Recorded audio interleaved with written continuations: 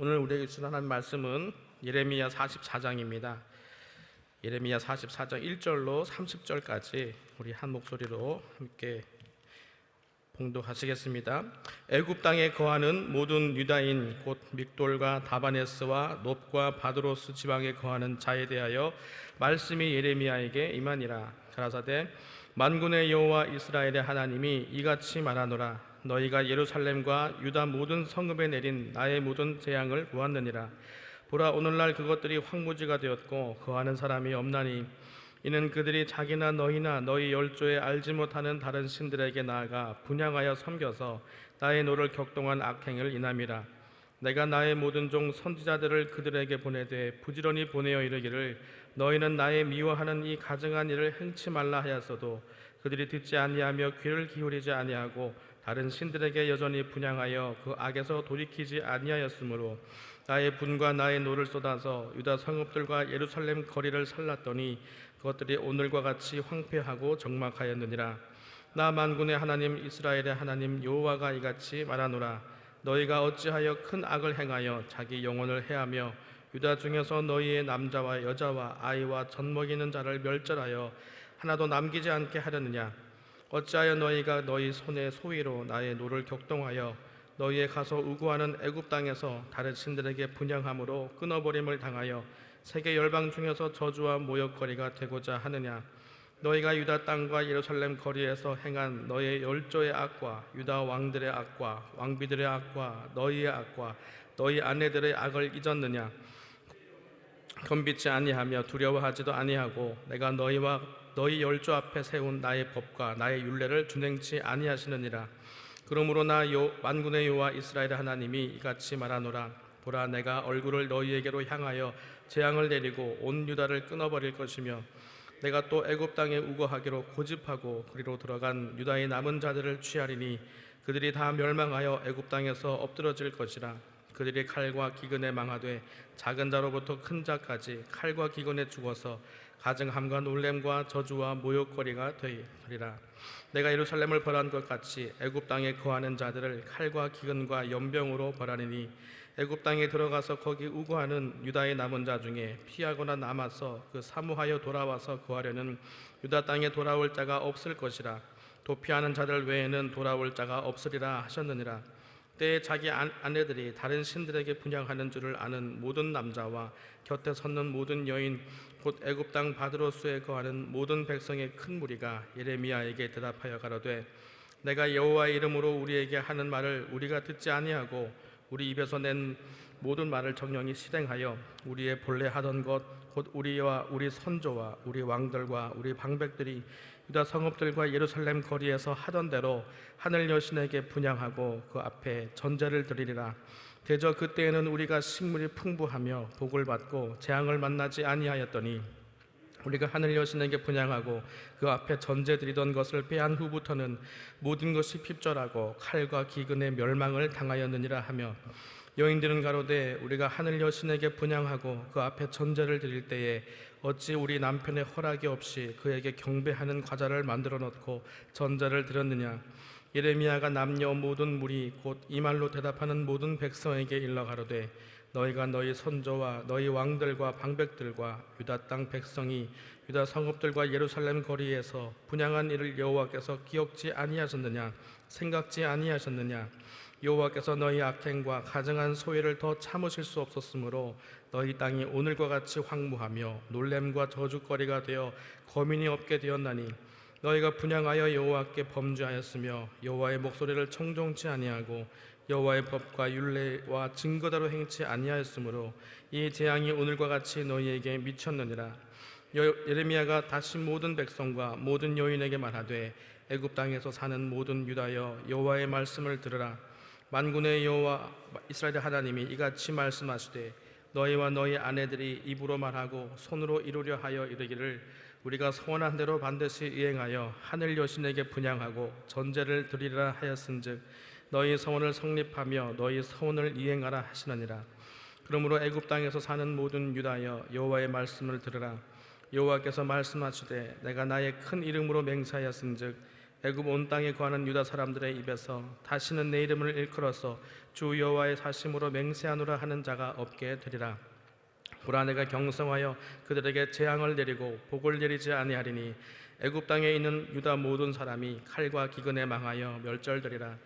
그런즉 칼을 피한 소수의 사람이 애굽 땅에서 나와 유다 땅으로 돌아오리니 애굽 땅에 들어가서 거기 우고하는 유다의 모든 남은 자가 내 말이 성립되었는지 자기들의 말이 성립되었는지 알리라.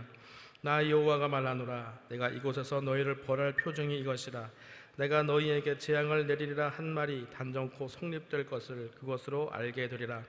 보라, 내가 유다 왕 시드기야를 그 원수 곧 그 생명을 찾는 바빌론 왕 느부갓네살의 손에 붙인 것 같이 애굽 왕 바로 호브라를 그 원수들 곧 그 생명을 찾는 자들의 손에 붙이리라.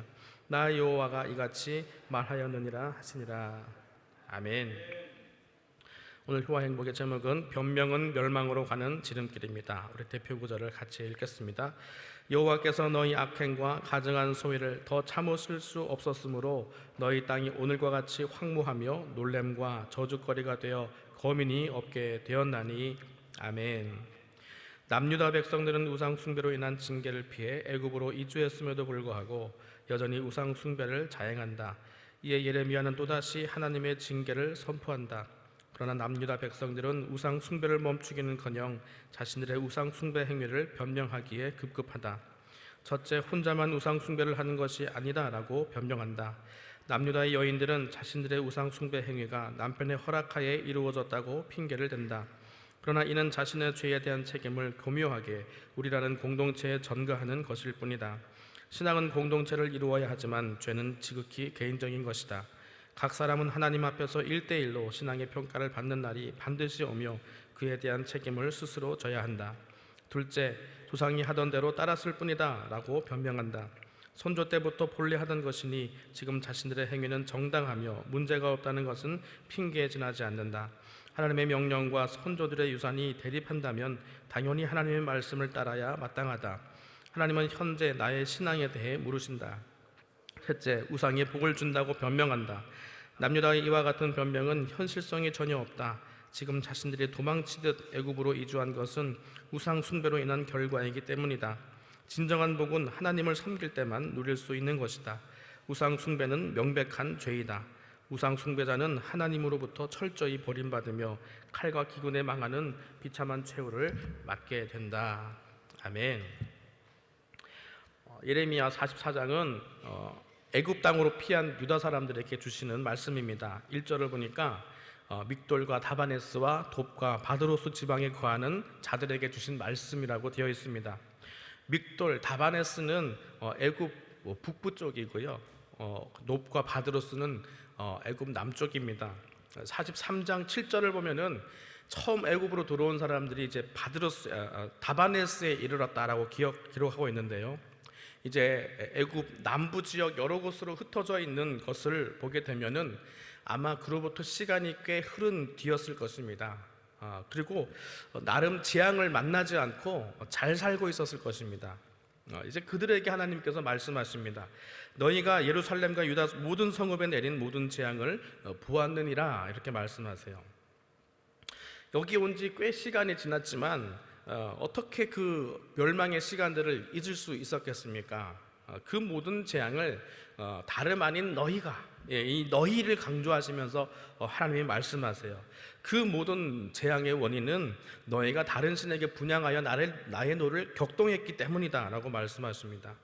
그래서 하나님께서는 어떻게 하셨는가? 그동안 4절입니다. 내가 나의 모든 종 선지자들을 그들에게 보내되 부지런히 보내어 이르기를 너희는 나의 미워하는 이 가증한 일을 행치 말라 하였어도. 하나님께서 선지자들을 보내되 부지런히 보내셨다고 말씀하십니다. 하나님이 부지런히 무엇인가를 하셨다라는 이야기는 7장에도 나오는데요. 7장 13절에는 부지런히 말하여도 이렇게 되어 있고 7장 25절에는 부지런히 보내었어도 이렇게 되어 있습니다. 이때 부지런히라는 말은요, 거듭거듭 계속하셨다라는 말입니다. 그런데 거듭거듭 말씀하시고 선지자들을 보내셨음에도 불구하고 그들은 어떻게 했다는 것입니까? 5절입니다. 그들이 듣지 아니하며 귀를 기울이지 아니하고 다른 신들에게 여전히 분향하여 그 악에서 돌이키지 아니하였으므로 이렇게 되어 있습니다. 여전히 우상 섬기는 그 일을 멈추지 아니하였다. 여러분 생각해 보십시오. 예레미야가 이 사명을 받고 말씀을 선포한 지가 벌써 20년도 넘었습니다. 20년이 넘도록 정말 거듭거듭 귀에 인이 박이도록 이렇게 말씀을 전했는데도요, 듣지 아니한 것은 그때만이 아니라 선조 때부터 지금까지 계속되어 왔던 일이라는 것입니다. 하나님은 당신에게 거역한 백성에게 그들이라고도 하고요, 그들은 조상들을 얘기하죠. 그리고 너희는 지금 말씀을 듣는 그들을 얘기하는 것입니다. 그러니까 그들과 너희를 구분하지 않고 이야기하시는 것을 보면은 그 이유는 분명합니다. 조상들이나 너희나 다름이 없다, 이런 말씀이죠. 유다 땅에서 죽은 자들이나 그리고 또 살아남은 너희들도 똑같다, 이런 말씀을 지금 이제 하고 계신 것입니다. 그래도 살아남았으니까 우리가 민족의 희망이 아닐까 착각하면 안 된다는 것입니다. 게다가 살아있는 자들은 죄에서 돌이키지 않았기 때문에 하나님께서 지금 계획이 있어서 따로 남겨놓으신 자들마저도 멸절하게 생겼습니다. 미래의 희망이 아니라 오히려 미래의 희망을, 미래의 싹마저도 짓밟아버리는 자들이 바로 이들이었다는 것입니다. 그래서 7절에 하나님께서 탄식하시면서 반문하십니다. 7절을 읽겠습니다. 나 만군의 하나님 이스라엘의 하나님 여호와가 이같이 말하노라. 너희가 어찌하여 큰 악을 행하여 자기 영혼을 해하며 유다 중에서 너희의 남자와 여자와 아이와 젖 먹는 자를 멸절하여 하나도 남기지 않게 하려느냐. 너희 때문에 어떻게 젖먹이들까지 멸절당하게 하려느냐. 이걸 원문 그대로 직역하면 이렇게 됩니다. 너희는 어찌하여 너희 자신에게 큰 악을 행하여 유다 중에서 너희의 남자와 여자와 아이와 젖 먹는 자를 끊어버려 하나도 남지 않게 하려느냐. 너희 손이 만든 것으로 나의 노를 격동하여 너희가 와서 머물고 있는 애굽 땅에서 다른 신들에게 분향함으로써 스스로 끊어버리고 땅의 모든 민족 가운데서 저주와 모욕거리가 되고자 하느냐. 여기서 끊어버리고 이 끊어버린다는 말이 두 번이나 반복된 것을 보십시오. 우상 숭배의 결과로 정말로 유다가 이제는 끝장날 수 있겠다 하는 것을 강조하고 계신 것입니다. 너희 자신을 스스로 끊어버리기까지 너희가 그 죄를 끊어버리지 않느냐, 정말로 멸망의 끝까지 가려느냐 하고 말씀하시는 하나님의 안타까움을 볼 수 있습니다. 9절에서 10절 말씀은 지도층의 범죄를 말합니다. 마치 이렇게 말씀하시는 것 같아요. 므낫세 왕 때 여호와의 성전 안에 우상들을 다 드리고 아하스 왕이 자녀를 불살라 우상에게 바치는 그런 악한 행위를 너희는 있었느냐. 솔로몬이 이방 왕비들을 다 불러들여서 유다를 온갖 우상 천지로 만들었던 일들을 너희는 있었느냐. 그것 때문에 멸망했는데도 불구하고 너희는 애굽으로 피난 와서까지 그 악한 일들을 계속하고 있구나. 이들은 과거의 역사도 아파할 줄 모르고 애굽 각지로 흩어져서 이 죄악으로 어두운 세상을 거기에 어둠을 더하는 자들로 살고 있었다는 것입니다. 이제 하나님께서는 그들을 벌하시겠다고 하십니다. 11절입니다. 그러므로 나 만군의 여호와 이스라엘의 하나님이 이같이 말하노라. 보라, 내가 얼굴을 너희에게로 향하여 재앙을 내리고 온 유다를 끊어버릴 것이며. 여기서도 끊어버린다라는 말이 나오죠. 어떻게 끊어버리시는가? 12절에 말씀하고 있습니다. 유다 땅에 남아있으라고 한 여호와의 명을 어기고 고집스럽게 이 애굽 땅으로 피신 온 모든 이들이 칼과 기근과 연병에 멸망할 것이라고 말씀합니다. 칼과 기근과 연병은 정확하게 예루살렘이 멸망했던 방식입니다. 그때의 재앙을 지금 그 재앙을 피한 너희가 똑같이 받을 것이라고 말씀합니다. 결국 이들은 이 엄청난 재난을 겪고도 그 교훈을 깨닫지 못하여서 다시 똑같은 재앙을 받을 것이라고 말씀하시는 것이죠. 그런데 14절 말미에 보시면 이렇게 되어 있습니다. 도피하는 자들 외에는 돌아올 자가 없으리라. 도피하는 자들이 있다는 거예요. 그 극심한 심판 가운데서도 남겨놓으실 자들이 있음을 예고하고 있습니다. 이것은 마치 진노 중에서도 긍휼을 잊지 말라는 하박국의 기도를 생각나게 합니다. 그 극심한 심판 가운데서도 하나님의 은혜가 있다는 것이죠. 그래서일까요? 아직도 정신 못 차린 이 유다 사람들은 16, 17절에서 이렇게 얘기합니다. 내가 여호와의 이름으로 우리에게 하는 말을 우리가 듣지 아니하고 우리 입에서 낸 모든 말들을 정령이 실행하겠다. 그러니까 예레미야 네가 말한 대로 하지 않고 우리가 말한 대로 하겠다, 이렇게 지금 얘기하는 것이죠. 그러면서 조상들이 했던 그대로 하늘 여신에게 분양하는 그 일들을 우리가 계속하겠다고 분명하고 아주 또박또박하게 대답을 하고 있습니다. 18절을 같이 읽겠습니다. 우리가 하늘 여신에게 분양하고 그 앞에 전제 드리던 것을 패한 후부터는 모든 것이 핍절하고 칼과 기근의 멸망을 당하였느니라 하며, 아마 이들은 그 요시야 왕 때에 종교개혁으로 인해서 하늘 숭배를 철폐하고 나서부터 어떻게 됩니까? 요시야는 전쟁에서 죽고, 마지막 남유다 네 왕은 이 30년의 기간 동안 아주 망국의 시간들을 보냈잖아요. 그런 이제 우상 숭배로 인한 징벌로 나라가 망한 것이 아니라 오히려 거꾸로 생각하는 것입니다. 도리어 우상을 버렸기 때문에 이렇게 우리가 망했다라고 생각하고 있는 것이죠. 그러면서 또 얘기합니다. 19절입니다.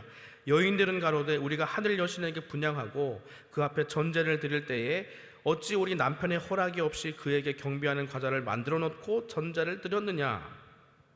이 19절은 잘 이해하셔야 되는데 수사 의문문입니다.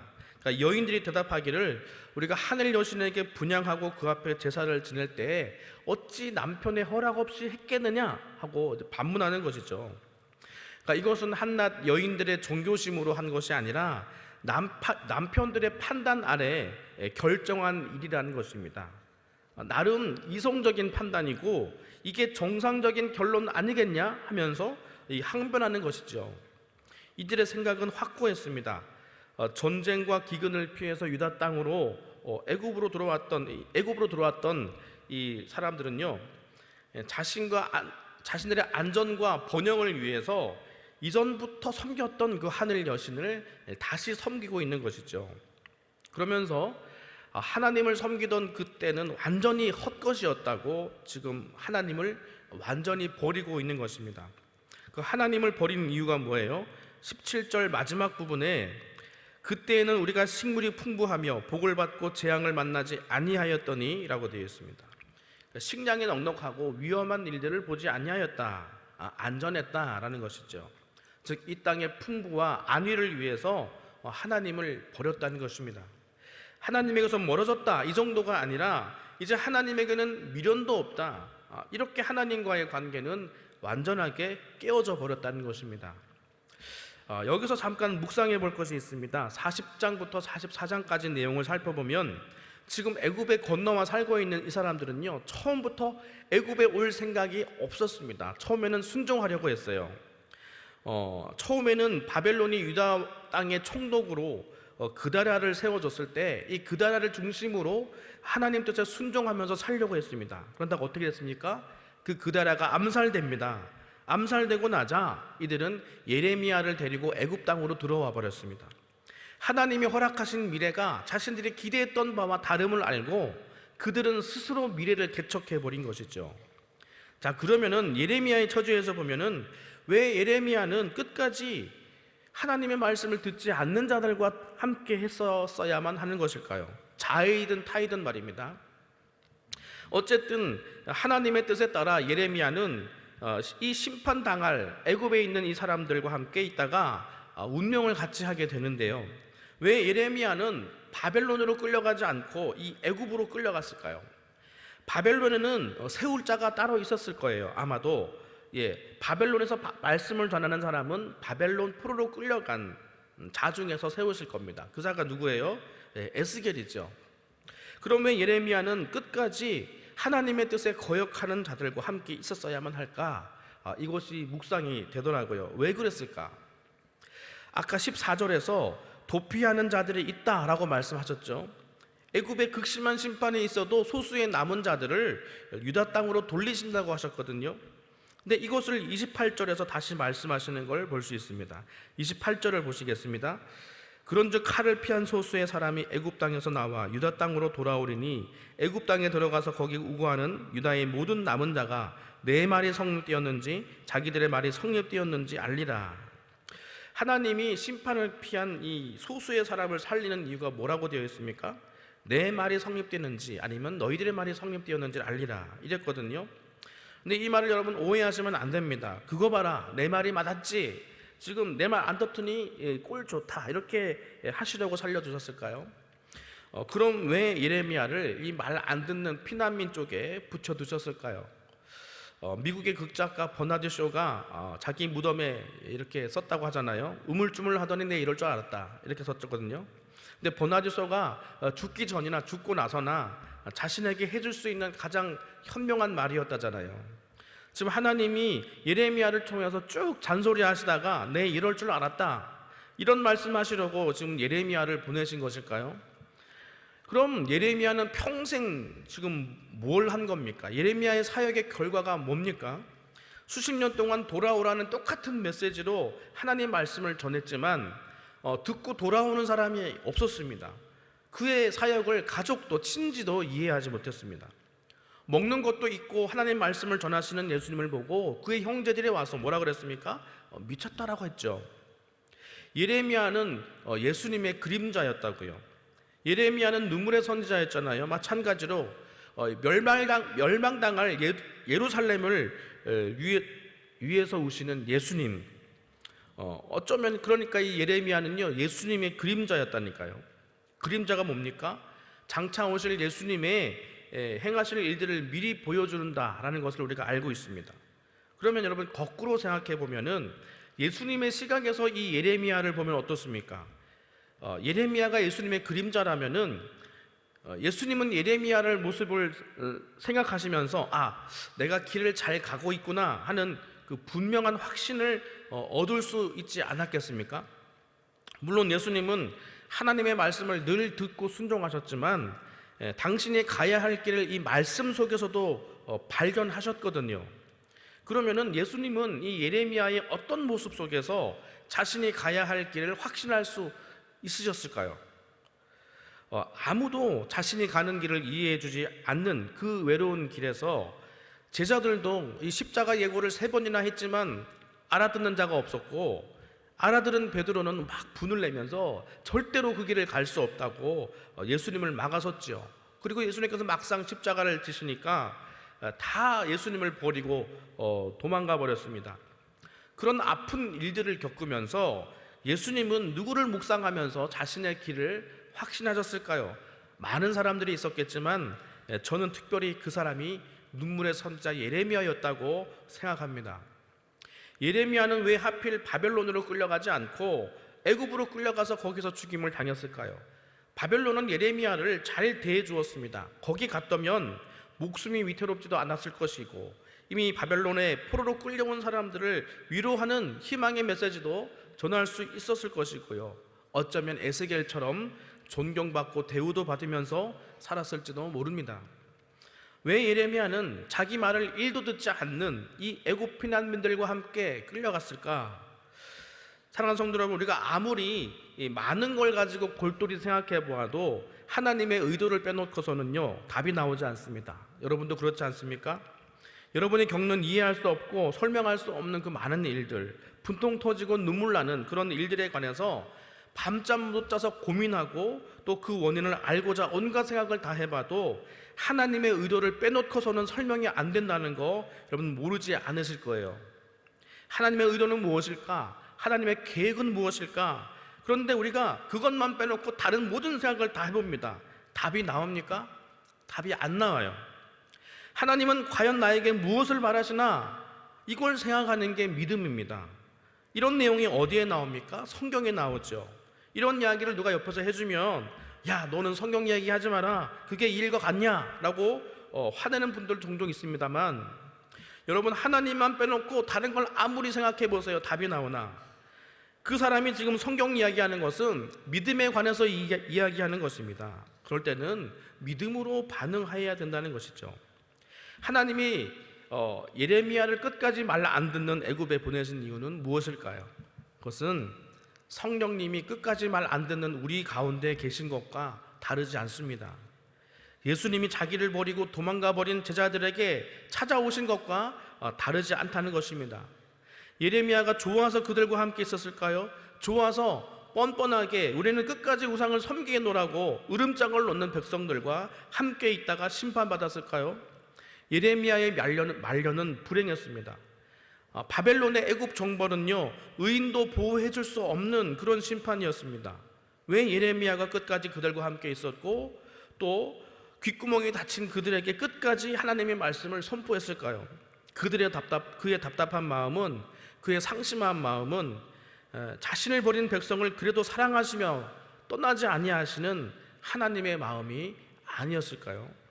패역한 백성과 함께한 그의 동행은 하나님께서 그들을 버리지 아니하시고 동행하시는 임마누엘의 상징은 아니었을까요? 어쩌면 그의 사역은 연약하고 완악한 우리 안에 여전히 계시며 탄식하며 중보하시는 성령님과 동일한 사역은 아니었을까요? 사랑하는 성도 여러분, 전도의 시즌이죠. 우리가 불신 남편, 불신 아내, 불신 자녀들, 불신 이웃들과 함께하며 그들이 듣든지 아니 듣든지 이 말씀을 전해야 하는 그 이유를 오늘 발견할 수 있으시기를 바랍니다.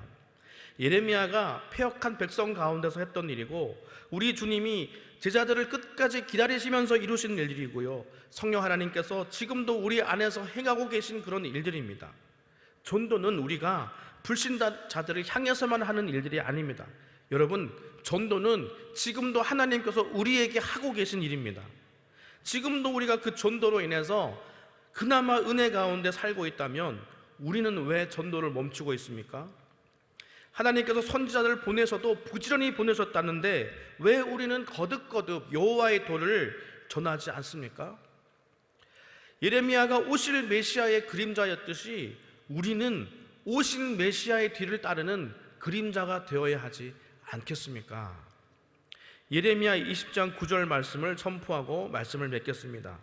내가 다시는 여호와를 선포하지 아니하며 그 이름으로 말하지 아니하리라 하면 나의 중심이 불붙는 것 같아서 골수에 사무치니 답답하여 견딜 수 없나이다. 아멘. 이 예레미야의 심령으로, 하나님의 열정으로 불일 듯 일어나는 복음이 여러분 안에서 활활 타오르시기를 주님의 이름으로 축원드립니다. 기도하겠습니다. 패역한 백성을 사랑하시는 아버지, 이 생의 부귀와 안녕 때문에 하나님을 버린 패역한 백성의 모습 속에서 우리의 모습을 발견하게 하시오니 오늘도 회개하는 심령으로 주 앞에 서기를 원합니다. 나는 이미 전도가 되었으니 이제는 전도가 필요 없는 존재인 줄 알았는데 여전히 내 귀에 들려주시는 말씀이 있게 하시니, 여전히 우리 안에 계신 성령님께서 우리를 위해 간구하시니 아직 우리는 하나님의 전도가 없이는 살 수 없는 존재임을 깨닫습니다. 이 전도로 우리가 숨을 쉬며 은혜를 떠나지 않고 살게 하시오니 이제 우리도 이 예레미야에게 주셨던 전도의 사명을 감당하며 살기를 원합니다. 주여, 우리에게 예레미야의 불타는 심령을 주시옵소서. 우리 소망 되신 예수 그리스도 이름으로 기도하옵나이다. 아멘.